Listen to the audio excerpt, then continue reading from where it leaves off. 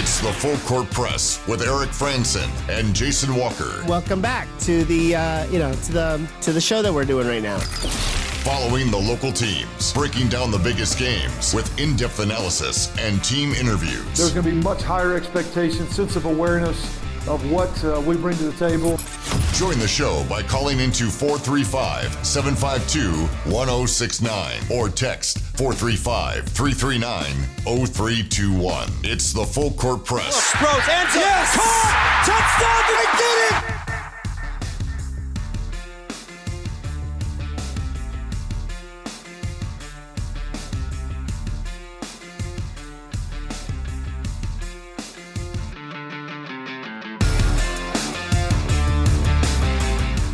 Hey, what's going on, everybody? Eric Franson and Jason Walker here on the Full Court Press. Thanks for tuning in on a Wednesday.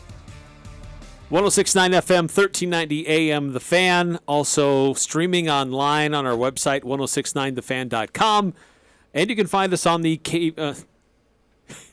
almost said the wrong one. 1069 The Fan How mobile many years app. has it been? I know. It's been a few. Sometimes old habits die hard. But a lot of different things we're going to get through today.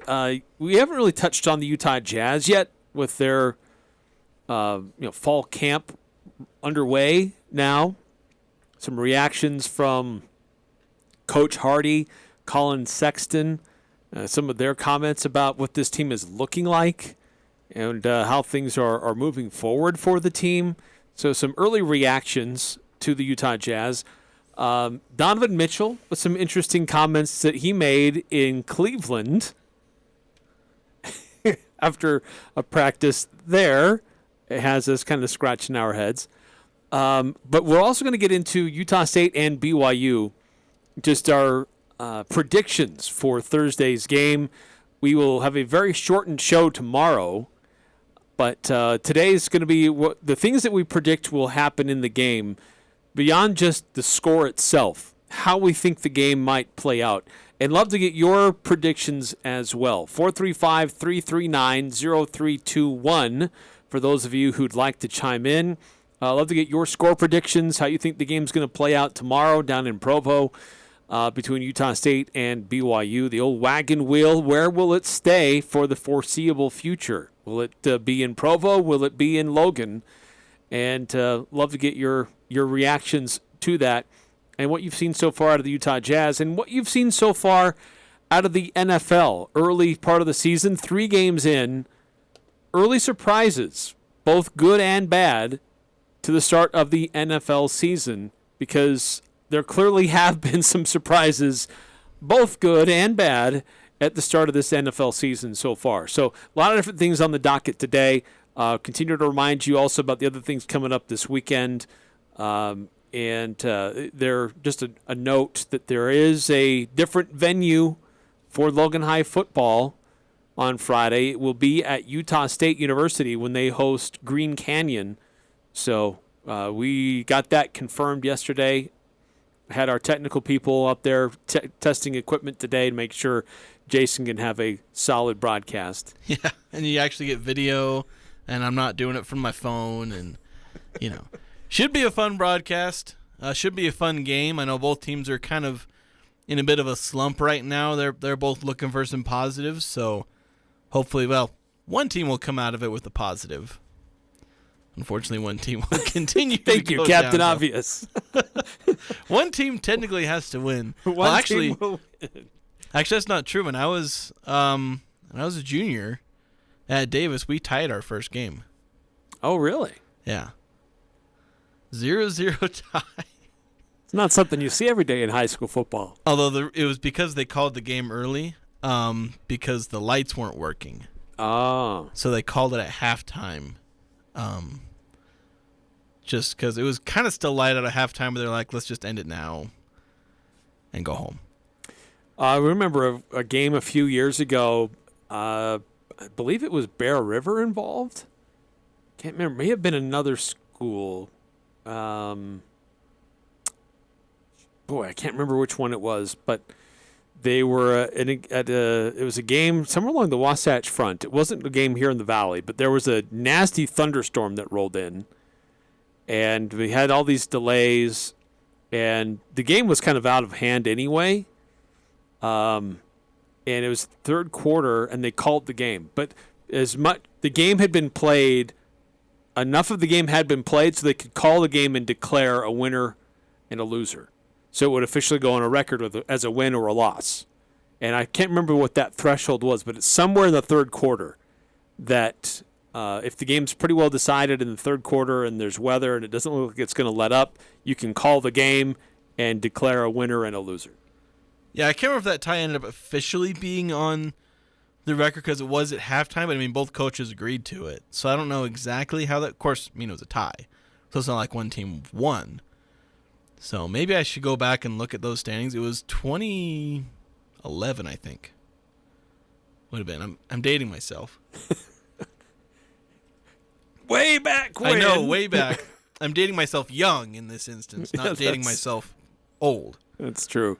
A couple of texts coming through, and love to hear from you on our text line, 435-339-0321. This came last night, well after we were done with the show, but 9315 texted in, rivalry is what college sports are all about. Need to keep them.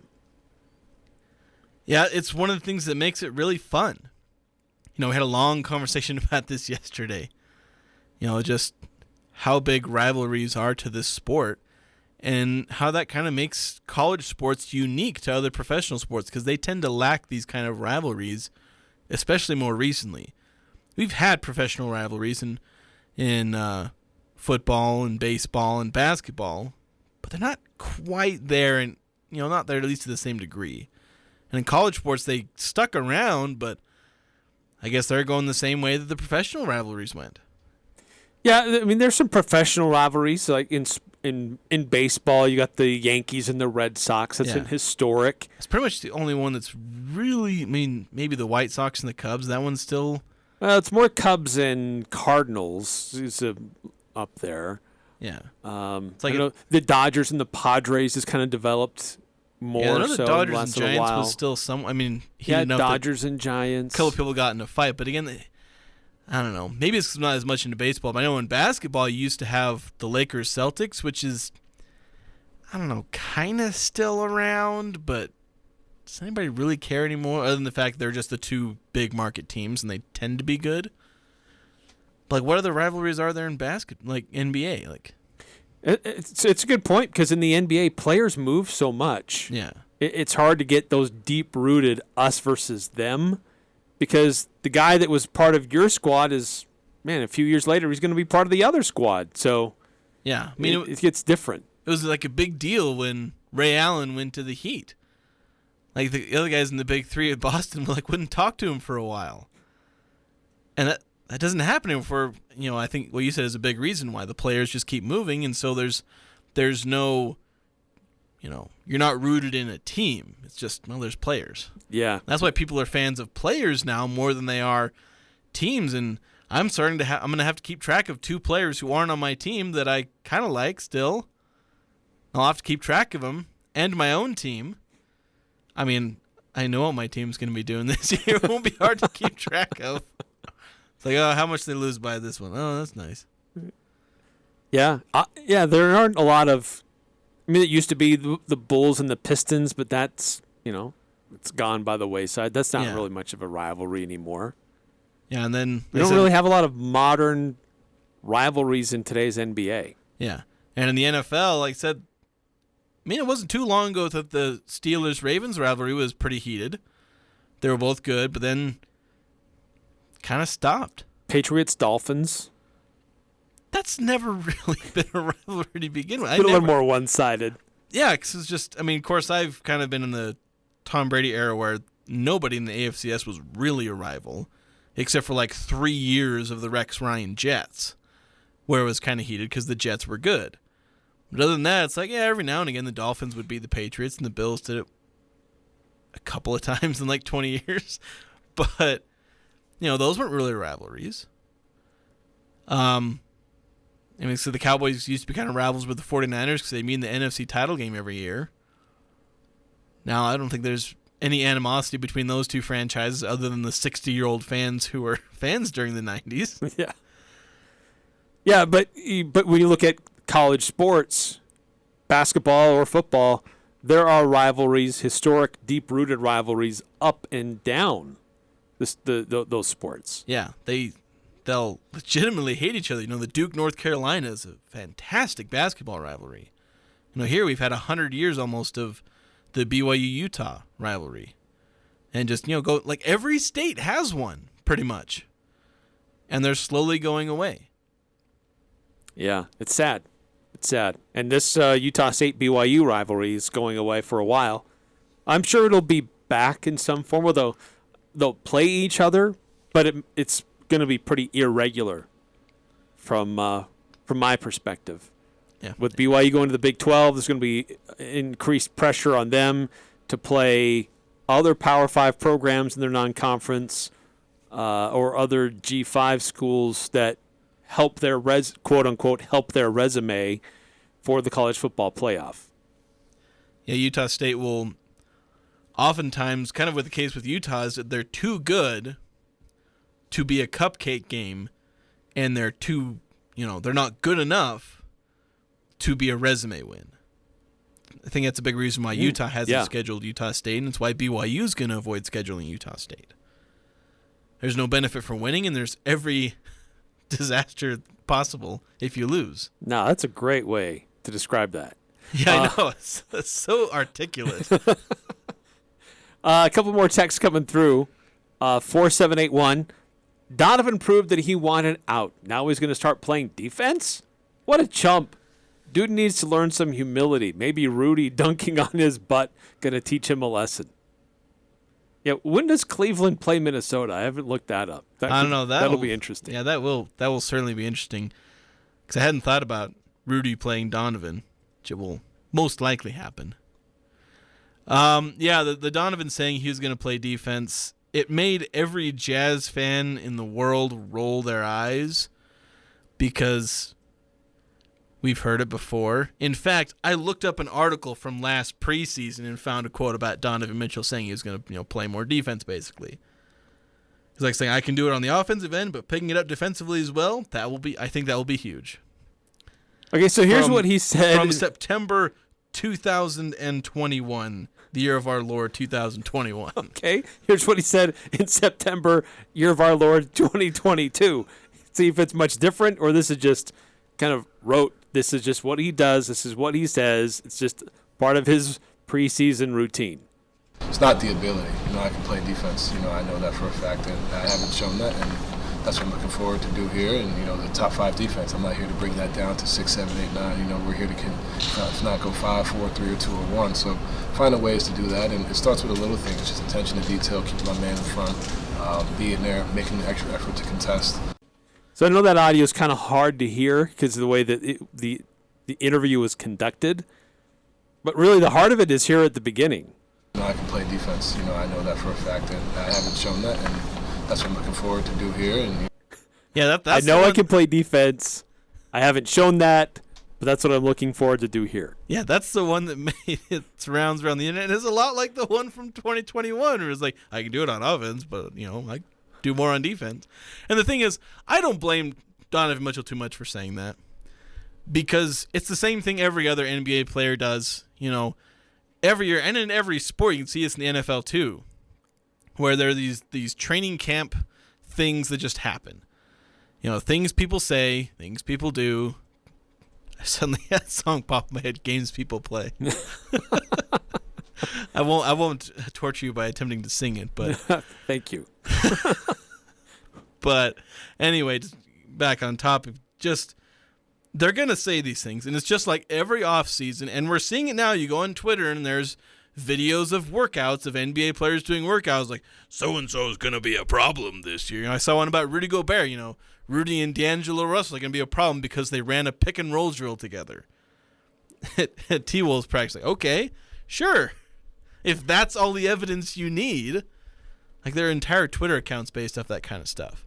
But again, to tie this all together, it's about hype. Donovan's trying to hype up his season, saying, I'm going to play defense, because what else is he going to say? Well, what's funny about it, too, is that he admits, I haven't really done it before, but I'm going to do it now. Yeah. And part of the whole thing that he was talking about is that he kind of throws shade at his old team, where he's basically saying, I had to do so much on offense, I didn't have the energy to play defense.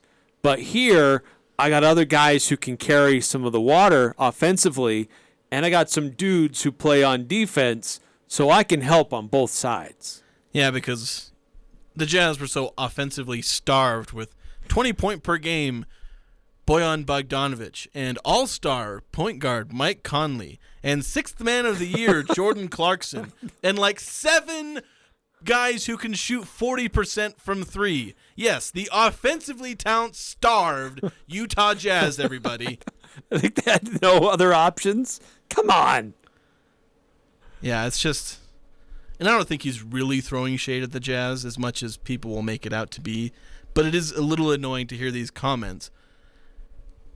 But again, they're the same ones every make when they go to a new team. And they have to do it for the press to hype it up and all that kind of stuff. So it's annoying to hear, but I'm not going to hate Donovan Mitchell over these comments. No, I'm still going to watch Donovan Mitchell play. Yeah. Like, if he says some other things that are stupid and cross the line, maybe I'll change my opinion. But right now, he's still a guy I'm rooting for. Yeah, he probably wanted out in Utah. But I applaud him for not airing it out on social media, not making a stink about it. I think he deserves some credit for that. I don't know if I take him for his word where he says, I wanted him to keep Rudy, I wanted to keep everybody together. I mean, maybe he did say some of that. I don't know how heartfelt it really was. But whatever. I mean, the guy's on another team. He's been traded away. And we'll see how it works in Cleveland. By the way, Cleveland hosts Minnesota on Sunday, November 13th. There you go. So, kind of playing off what you said is that Donovan Mitchell went to the LeBron James school of PR, player PR. Just always being professional. Don't air anything out. If you're going to do something, do it behind the scenes with, sources say, yes. The Brian Windhorst and Adrian Wojnarowski and all those. Just leak it to them. But don't go beyond that. Just perfect PR, perfect professionalism up front, which is great. I applaud Donovan for being very professional about this when he was with the Jazz, and now when he's with Cleveland, he's being professional. Is he lying through his teeth on some things? Yes, he is. But like I said, it's not something unique to Donovan Mitchell. Not even the players, because the executives do it too. Half the Jazz executives are lying through their teeth about what they're going to do this season, or at least just not presenting the whole picture. They know the team's going to suck, but they can't say it out loud. No, they still have to believe in their guys and want them to develop confidence and, all these other things. It's like, yes, we love Malik Beasley, and he's definitely going to be here, and Beasley might say, I'd love to retire here. Somebody on this Jazz team is going to say, I'd love to retire here. The chance that Mike Conley's probably the only person who might actually retire a Jazz man. Well, I guess Beasley said he wants to be an all-star. Go ahead, my friend. And that's his. And hey, I applaud him for that. But he wants to come to Utah to become an all-star, and get paid somewhere. He didn't say the last part. He left that last part out. You have my full support, Malik Beasley. For if you want to go be an all-star this year, go for it. I will enjoy every step of the way. Utah needs some new ones, so why not? They need one for this year. They just traded the ones they had.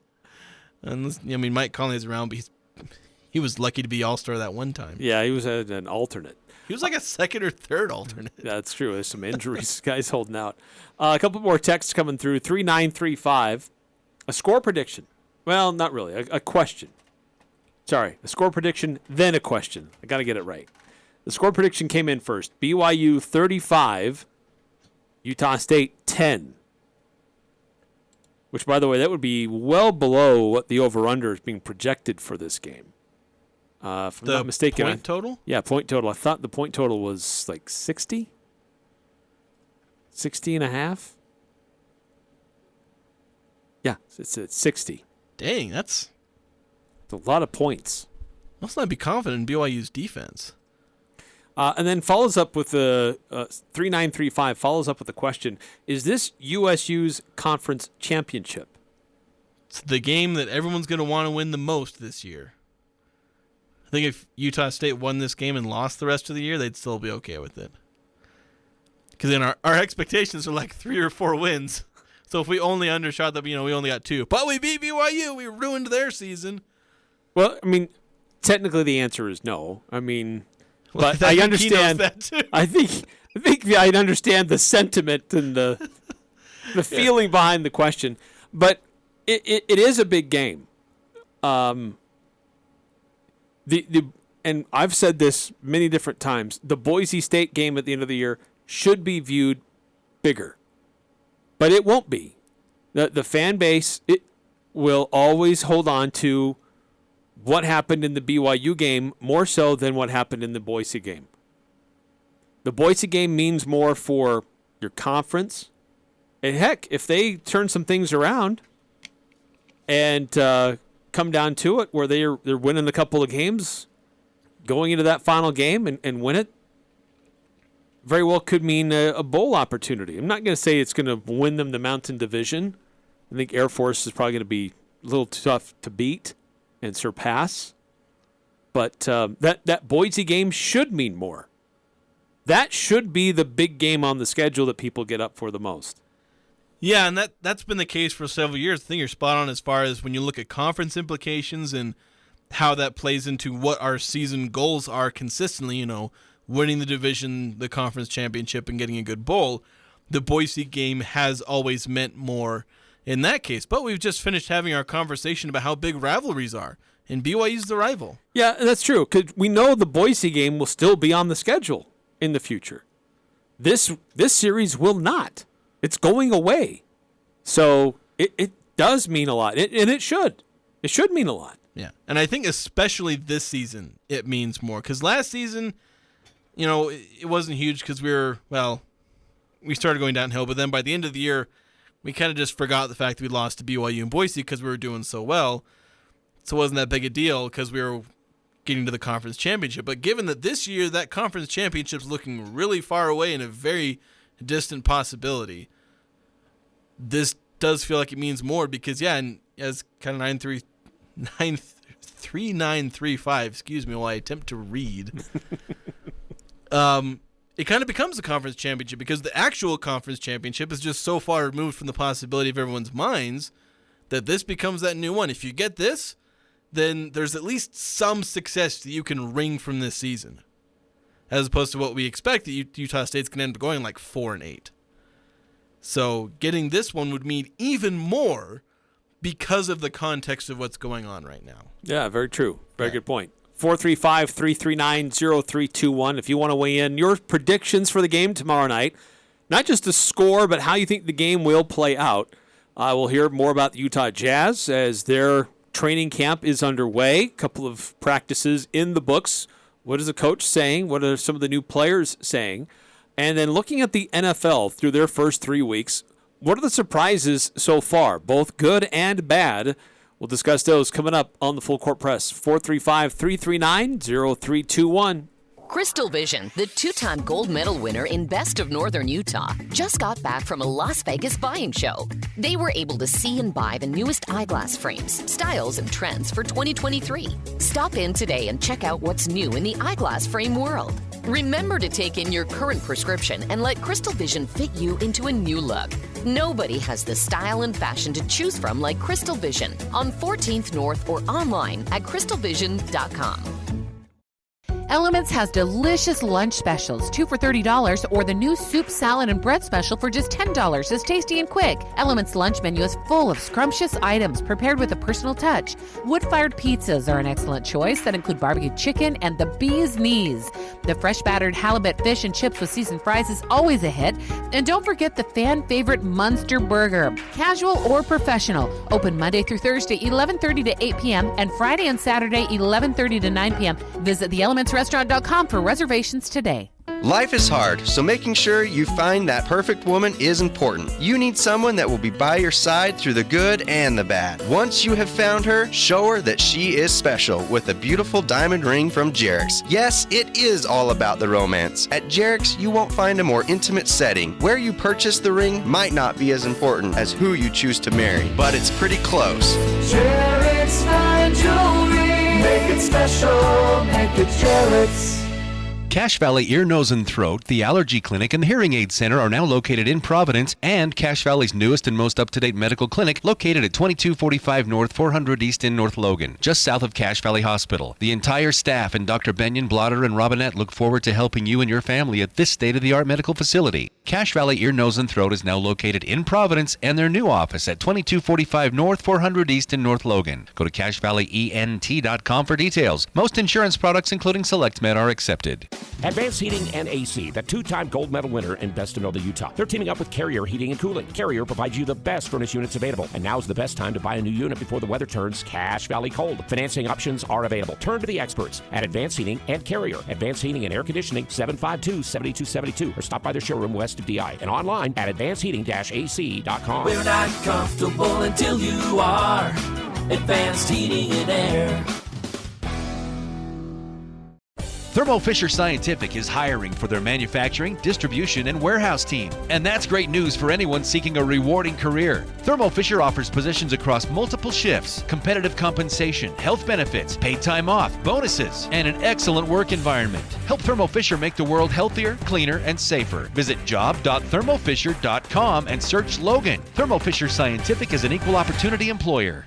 Sunday on Compass Media Network's coverage of the NFL, it's an AFC West rivalry renewed as the Las Vegas Raiders host the Denver Broncos. Hi, this is Chris Carino. Join Brian Boldiger and me for all the action as these two longtime foes battle it out in Vegas. Can Russell Wilson lead the Broncos to a third win in a row? Or will Derek Carr and Devontae Adams power the Raiders to their first win of the season? It's the Raiders and the Broncos. If it's the NFL, it's right here. Sunday afternoon, beginning at 1:45 on Sports Talk Radio, 106.9 FM, 1390 AM, The Fan. The Aggies are number one here. The Full Court Press. Connect with us on Facebook, Twitter, and online at 1069thefan.com.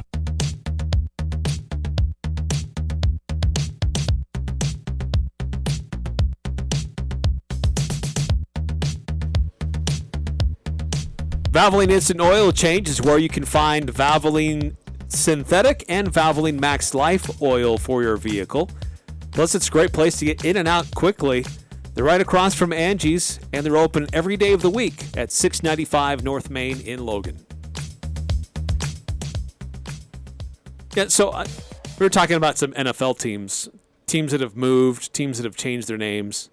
They were the Phoenix Cardinals, and now they're the Arizona Cardinals, which I don't really understand. Yeah. But is it like the Angels were the California Angels, then they were the Anaheim Angels, and then they were the Los Angeles Angels of Anaheim? Yeah, that's just... And they've never, moved at any of those times? That's just the nobody daring to say no, don't question management. That's how you know. It's the same thing like the Jazz rebrand, is that nobody dared question Ryan Smith. Yeah, Ryan, that looks great. Please don't fire me. Yes, sir. The Los Angeles Angels of Anaheim. Yes, Mr.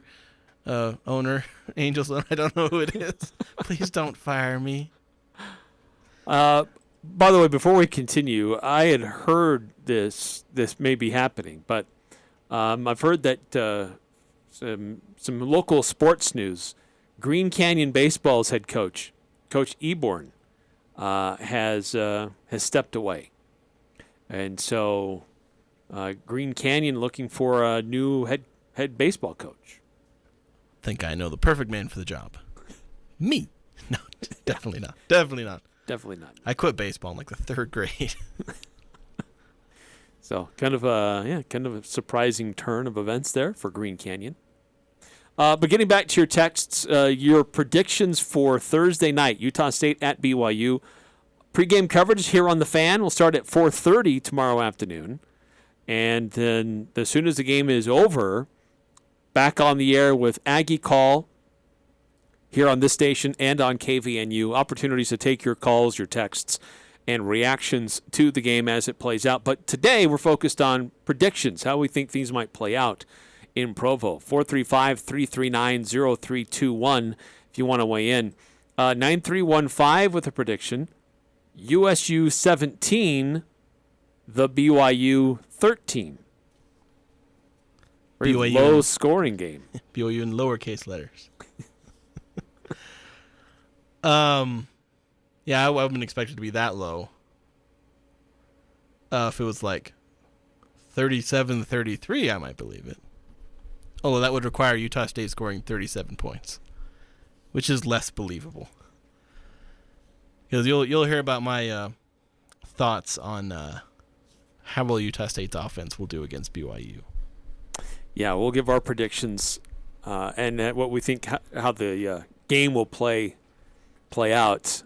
On Lavelle Edwards Stadium coming up a little bit later on in the show. But continue to get your reactions, or I guess your predictions of what you think will happen down there Thursday night. 3935 asking, will USU take out another BYU quarterback in the final game?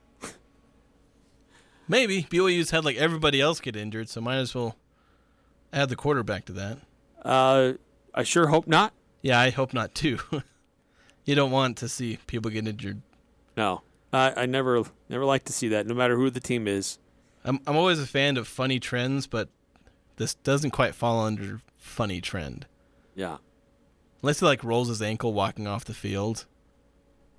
That'd kind of be funny, because then he just walks it off and whatever. But hurt quarterbacks in this series definitely is an odd trend. So I don't know. We'll see what happens tomorrow. You need to go do some like voodoo, just protection spells or whatever. Wrap them in bubble wrap. I don't know. How do you think the game's going to play out on Thursday? What's your score prediction, and how do you think the game will play out? Also talking about the NFL and trends so far over the first few weeks. We're also talking about the Utah Jazz, kind of reactions from their first couple of practices that are in the books. So a couple different topics on the show here today. 435-339-0321. And I think we've touched on just about everyone except for the NFL so far in the opening. So let's actually shift to that right now. The NFL season is now 3 weeks in, and we've got some games that could be changed this weekend because of what's going on in Florida. The Hurricane Ian has made landfall, from what I understand, Fort Myers, Florida. It's hit a little bit further south of Tampa, which was initially right in the target zone, but still definitely affected by things there. But weather in Miami, weather in Tampa could be an issue with some upcoming games, which could be relocated. I think they will decide that where those games will be played. I think they have is it by tomorrow morning? I can't remember if they set a deadline to determine. Yeah, you'll definitely want to have it figured out probably by tomorrow, because otherwise it just gets too... Logistically, that's an issue. It'd be a massive thing to move it. If you set it on Friday, you're moving the game to, I don't know, Carolina or maybe one of the other close-by NFL stadiums that's not being hit. Because first off, you have to figure, I don't know if Carolina plays at home this week. Well, that's actually what I'm pulling up. Yeah, because we're trying to think, Tennessee. See, the Dolphins are at the Bengals. They play tomorrow night, so that's not an issue. In Tampa Bay, they're practicing in Miami right now, I believe, or that's where they moved to practice for the moment. I think you're right. So, I don't know if Miami. I'm not fully aware of the geography on the East Coast. That's why I'm struggling here. Miami may not be impacted. So the Buccaneers are set to host the Chiefs. Yeah. And I thought I'd heard something that said that they might relocate their game to Minnesota, because the Vikings are on the road. They're at the Saints. Yeah. Which seems like an odd place to relocate to, pretty far away, but yeah, it's just options are what they are. Like, so maybe the closest ones they're playing at home already. Carolina has a home game. Yeah, so you couldn't go there. I don't know if Tennessee feels like maybe one of the other closer ones. Jacksonville's on the road, but maybe then still Yeah. want to get out of the state. Tennessee's on the road. Oh. So anyway, kind of a weird thing to see what happens this weekend in the NFL. Should be making those decisions more definitive. I think I've heard that by tomorrow. Yeah. But don't quote me on that. But through the first 3 weeks of the NFL season, thank you, 9758. Vikings and Saints are in London. That's another place they go is New Orleans. That's right. That's why that game is so early. 7:30 a.m. on NFL Network. That's right. Jeez. I don't get up that early on a Sunday morning, guys. I take advantage of my Sundays and sleep in because I get up at like 6 a.m. or 5 a.m. every day, except Saturdays and Sundays. But yeah, those venues are vacant. New Orleans might make a little more sense. Yeah, it's just trying to find out which are the closest ones, but maybe those guys just say no and they say, "Oh, we don't want to have you guys playing on our field because then we have to maintain it more." 5338 texting in, as I predicted, the Dolphins are on their way to the Super Bowl. Don't be hasty. Okay, so Miami is one of two teams that are undefeated. Philadelphia is 3-0, and so is Miami. And how many of us thought that those would be the only two teams undefeated by week 3? Yeah, that's certainly a surprise. I mean, of course, last week I was just beginning to think, man, the Bills maybe going to go undefeated. Like, who's going to stop them? And then the very week I had that thought, they lose to the Dolphins, who are looking pretty good, not just offensively, but doing what they did against the Bills, holding the Bills to 19 points. Mm-hmm. I think that was the final. 2 of those were because of the butt punt. Yeah. Been the butt of jokes all week. Heyo. Ba-dum-bum. Been waiting 3 days to put that. You've been storing it away. Yeah, I have. My back pocket. Look, there was a lot of hype about Miami before the season, and I thought, okay, maybe they'll be better, but I did not see them being this good. Not like they've been dominant, like blowing people away, but they're playing well. And is it a trend that will last? That I don't know. I have to give them credit for what they've done so far, but similarly with Philadelphia, look, we talked about a dark horse MVP guy could be Jalen Hurts. And what's going on in Philadelphia, that they were starting to turn a leaf at the end of last season, and they're off to a solid start too. Yeah, and the trend of a new NFC East team winning the division every year seems to be in good hands. Since the Cowboys won it last year, so we just can't have them do it. The Eagles, I'm pulling for them. That's my favorite trend in all of sports, that since 2004 or 2005, there's been a new NFC East winner every year, including after 3 Super Bowl champions in that time span. Couldn't win the division the next year. Nuts. It's hilarious.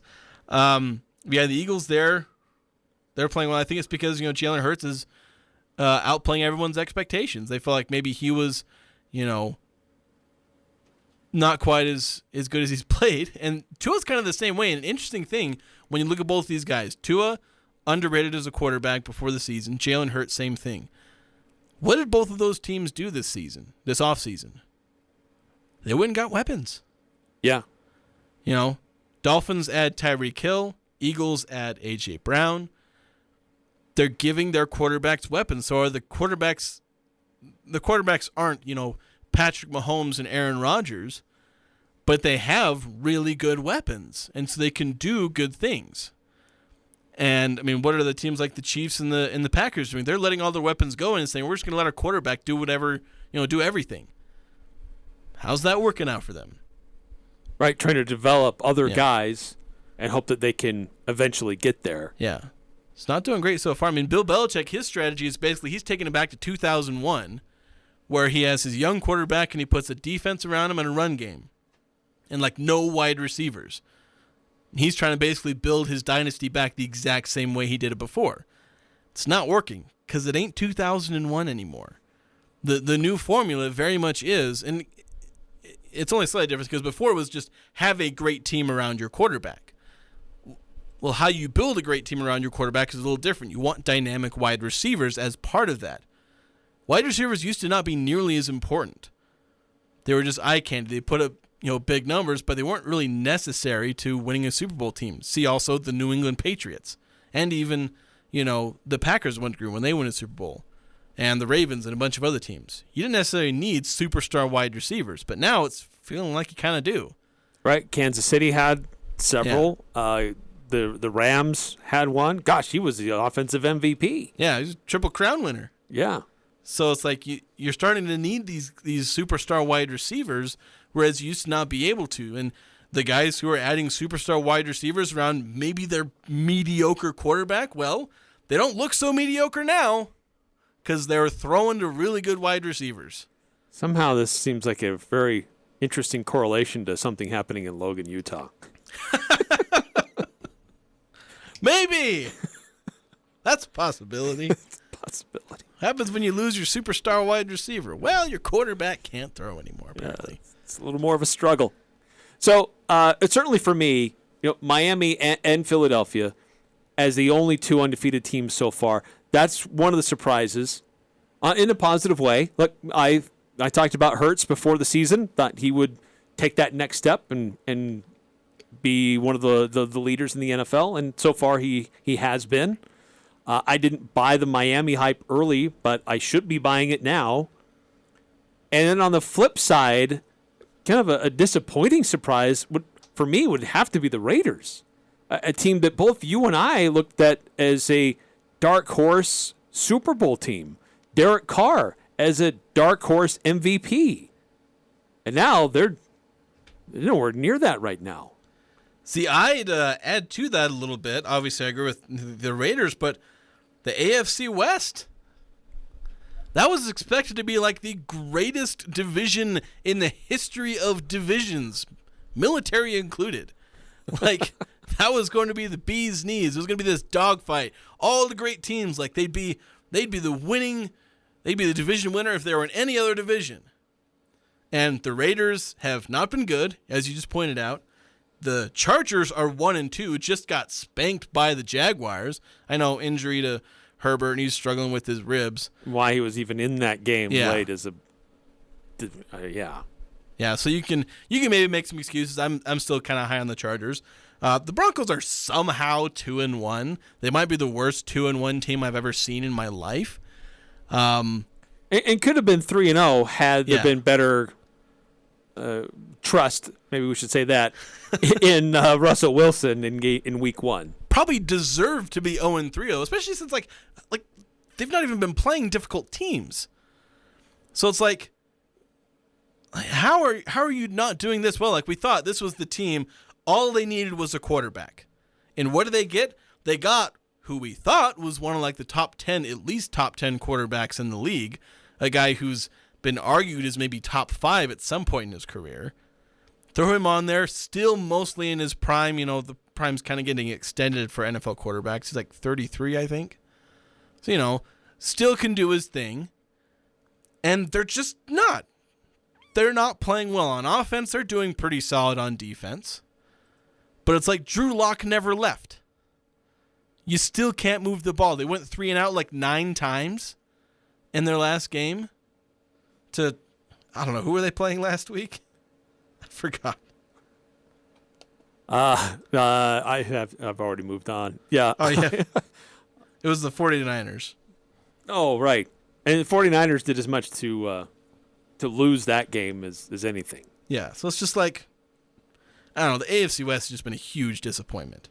A couple texts coming through, 7854. Throwing Mahomes and Aaron Rodgers under the bus after just 3 games? Both teams are 2-1 and getting better each week. I think you've been watching too much ESPN. I don't actually watch ESPN. Thank you very much. I will say this. Earlier in the season, and we heard about this during training camp as well, Aaron Rodgers and the Green Bay Packers frustrated with their young wide receivers. Like, Devontae Adams was amazing, and he was a great target and very reliable. He decides to go team up with his old college buddy and go to Las Vegas. He's voicing frustration about that move, how that hasn't worked out well for him. And it hasn't really worked out for Green Bay in his absence either. However, we saw Romeo Doubs play in the Mountain West. We knew he was an exciting and electric wide receiver. Last week, he started to showcase what he can do, and he's starting to adapt to the NFL level. I think Green Bay will be okay. I think Kansas City still has weapons around Mahomes, but he's having to adjust to not having that burner who can create separation in different ways, and he's had to, because he's always been there. And so now he's learning to adapt. So, yeah, it's only 3 games, and that's what I said earlier on. I don't know about how much we can get from a trend of 3 games in, but there are some things that are telling us that are being basically illustrated by how these teams are put together and really how they're working or not working together so far. Yeah. And to kind of defend myself on the Mahomes and Aaron Rodgers front, I mean, Chiefs should have lost to the Chargers. They do beat them 27-24. Though Chiefs just lost to the Colts, who got shut out by the Jaguars earlier. Well, the Jaguars may be a lot better than we're thinking they are, but still. Yes. Colts were getting spanked early on. They go out and they beat the Chiefs. And mind you, I still like my pick of the Chiefs to go to the Super Bowl. That was my pick, and I'm still confident in that possibility. Like I said, there's been some struggles for them so far. And for Packers, they're behind the 8 ball. They're 2-1, but so are the Vikings, who the Packers lost to. Vikings looking like they may be able to win that division. We'll see how Kirk Cousins does over an entire season. I wouldn't put my trust in the Vikings winning that division. Very shaky. But it's a possibility, especially if Aaron Rodgers isn't able to really, get things going. I mean, they barely beat the Buccaneers, who were missing like all of their wide receivers. So, they barely beat them like 12-11 or something like that. 7854. Dolphins should have lost to the Bills. They didn't beat the Bills. The Bills shot themselves in the foot. Yeah, that's true. It's kind of like what happened with Denver. Yeah. Or, excuse me, with San Francisco in their game against Denver. Yeah. But yes, the Bills had opportunities that they didn't capitalize on and made their own mistakes. Yeah, the punter kicked a punt off his own teammate's backside to the back of the end zone, and you didn't win. That's just embarrassing. Right. Yeah, 5-6, 5-4. How about the Broncos? Well, yeah, they somehow they're 2-1, and they could be 3-0, but they very easily could also be 0-3. I mean, it's been razor thin for them in each game. Give Russell Wilson credit and that team for finding ways to win these last 2 weeks, but easily could have gone the other way. So I don't know how much I'm getting hyped for how the Broncos are doing so far. So just saying, Russell Wilson, he's thrown for 743 yards, completed 59% of his passes, has 2 touchdowns, 1 interception. Geno Smith's stats with the Seahawks. 717 yards, a little fewer, 4 touchdowns, 2 interceptions, 77 completion percentage. And I know there's a lot of context needed to be added there. There is a lot of context. But it is kind of it's still surprising. Yes. Well, Geno always throws, high completion percentage. That's how he's been in Seattle, is he completes a lot of his passes. Like his first game, he completed like 12 or 13 straight passes, and he was one of the first guys to do that since Geno Smith also did it like a couple of years back, when he played a game. So the completion percentage is kind of a wash, but the fact, he's racking up yards and touchdowns more than the Broncos is kind of hilarious. And I don't even have a dog in this fight. I don't really care that Russell Wilson moved to the Broncos. I just like these things when they happen because it's entertainment. And it is the best reality TV that mankind has ever invented. Yes. More on that. More surprises so far through the first 3 games of the NFL season. Love to get your thoughts and your reactions. Also, your score predictions and how you think the game will play out in Provo tomorrow. 435-339-0321. Hey, it's Jackson from Mountain West Motor. I want to invite all of you to our off-road event and cookout on October 1st at 4 p.m. Bring your street-legal off-road vehicle and meet us at 4 p.m. at Mountain West Motor, 615 North Main in Logan. We will check out each other's rigs for about an hour, then head out around 5 p.m. to Providence Canyon. At the quarry, we'll have hot dogs and hamburgers ready for everyone who can make it. For more details, follow us on Instagram at mwmotor.co. That is mwmotor.co. See you at 4 p.m. on October 1st at Mountain West Motor. Built for your adventure. You want to feel important. You want to be a part of something bigger, something that matters and can help change things. You want to feel like you belong. We know. We felt that way too. And that's why we did something about it. We aren't just Army National Guard soldiers. We are normal people just like you. And together, we can make a difference. Take on your legacy. Visit NationalGuard.com to find out more. Sponsored by the Utah Army National Guard. Aired by the Utah Broadcasters Association and this station. What's more important than sleep? Granted, some things are, but not many. This is Ryan at My Mattress, and here we offer the best solution to better sleep, a better mattress. IntelliBed, the gel mattress, cradles your hips and shoulders while providing the best back support possible. Or come in and choose a Tempur-Pedic that boasts 93% of their owners love their bed. My Mattress, offering the best sleep possible by the South Walmart. Don't get caught without power after a windstorm or a major winter freeze. Golden Spike Electric offers Generac backup generators so you can be prepared and keep your home warm while avoiding frozen pipes. Golden Spike Electric is one of the largest Generac dealers around, so you know it'll be installed right. Whether you're a homeowner or an electrician, contact Golden Spike Electric to rest easy the next time the power goes out. Online at gsegenerators.com or call 435-257-3016. They also service other models. Hey, it's Garrett Grantham with Grantham Mobile Automotive. Just like a plumber, just like an electrician, I come to your home. I am a master ASE technician, licensed, insured, and ready to come to you for your car repair needs. Right now it is hot outside. From air conditioners to transmissions, I can take care of you. Give me a call and I will come to you to get your car's AC running cold in no time. 435-229-4345. That's 435-229-4345. It's time for the big hunt, but what do you do after you bag your trophy game? This is Jay from Daryl's Appliance. We have several freezers in stock for you to store your big game harvest, including a Frigidaire 20 cubic foot upright freezer in white for only $9.89. Hurry, stock is limited. See store for details. Daryl's Appliance Service and Sales west on Airport Road, open until 6 p.m. on weekdays, 5 on Saturday. See Daryl's Appliance in beautiful downtown Benson. This is Nate Lamson with Valley Office Systems, your home team when local matters. Valley Office Systems is your local provider for all things office, copiers, printers, furniture, and document management. Proudly serving Cache Valley since 2007. Visit valleyofficesystems.com. Interviews, analysis, and a little bit of fun mixed in. The Full Court Press on Sports Talk Radio, 106.9 FM, 1390 AM. The Fan. Napa Auto Parts sponsors the Dan Patrick Above the Noise segment coming up here in a couple of minutes. And Napa Auto Parts can help you get the right stuff, the right battery, the right wiper blades that you need for your vehicles. Plus, they can even help you install it. Go check it out. They got 5 different stores between Preston and Providence. So, some surprises in the NFL through the first couple of weeks. 3 weeks into it.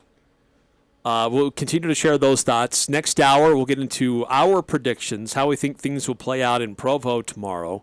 I had several of your texts coming through with your predictions and how you think the game will play out. We'll get to more of those as they come through. But what about players? Any players surprising you? We've talked about teams. We've kind of touched on a few players, but any other players that really kind of stand out to you as a surprise, both good or bad? I think most of them we've talked about because, Jalen Hurts and Tua have kind of overperformed expectations. I was definitely one who's not on, really either of them. I thought they were, a year or two removed from washing out of the league, and that's not the way things are headed right now. I don't know, I kind of maybe want to say Trey Lance as far as being bad, but some of that obviously is him being injured And now we're going to have to wait even longer. Dude's going to be done with his contract by the time he finally gets ready to play. And 49ers basically sold their souls and their quarterback to try and get him. And all that got him was 15 more games of Jimmy G. Yeah. I will say that Trevor Lawrence, Jacksonville, the Jaguars, how well they're playing, particularly their defense. It's like this was a team with talent that their head coach just wasn't letting it work, and really haven't changed much other than the coach. And here they are, 2-1, and one of the biggest point differentials through 3 games in the NFL.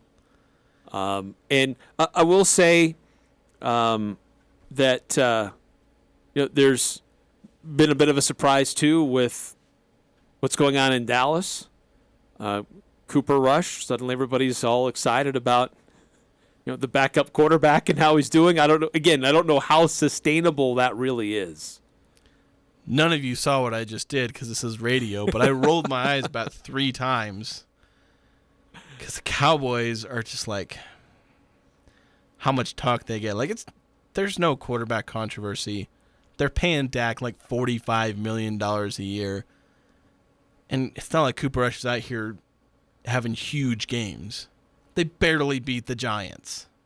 Okay? I'm not saying that you're on the Cooper Rush. I'm Dan Patrick, and this is Above the Noise. Betting on yourself in professional sports is always risky. Your skills deteriorate, schemes change, coaches change, athletes get injured. Despite all the risk, there's still plenty of benefits that come with betting on yourself. Just look at what Aaron Judge has done so far with the Yankees this year. Or Lamar Jackson, what he's done in Baltimore. Jackson and the Ravens have been at a stalemate on a potential extension for months. The quarterback could have decided to use maybe holding out his leverage, but he didn't. Decided to play, and as of right now, looks like that's a great decision. As it stands today, he's accounted for more touchdowns than 30 of the 32 NFL teams and is currently listed as a favorite to win the MVP. Paying a running quarterback is always a risk, but at a certain point, the Ravens have to recognize Jackson's talent. And if the QB continues to perform at this level, Baltimore may have no choice but to cave in to Jackson's contract demands. I'm Dan Patrick, and this is Above the Noise.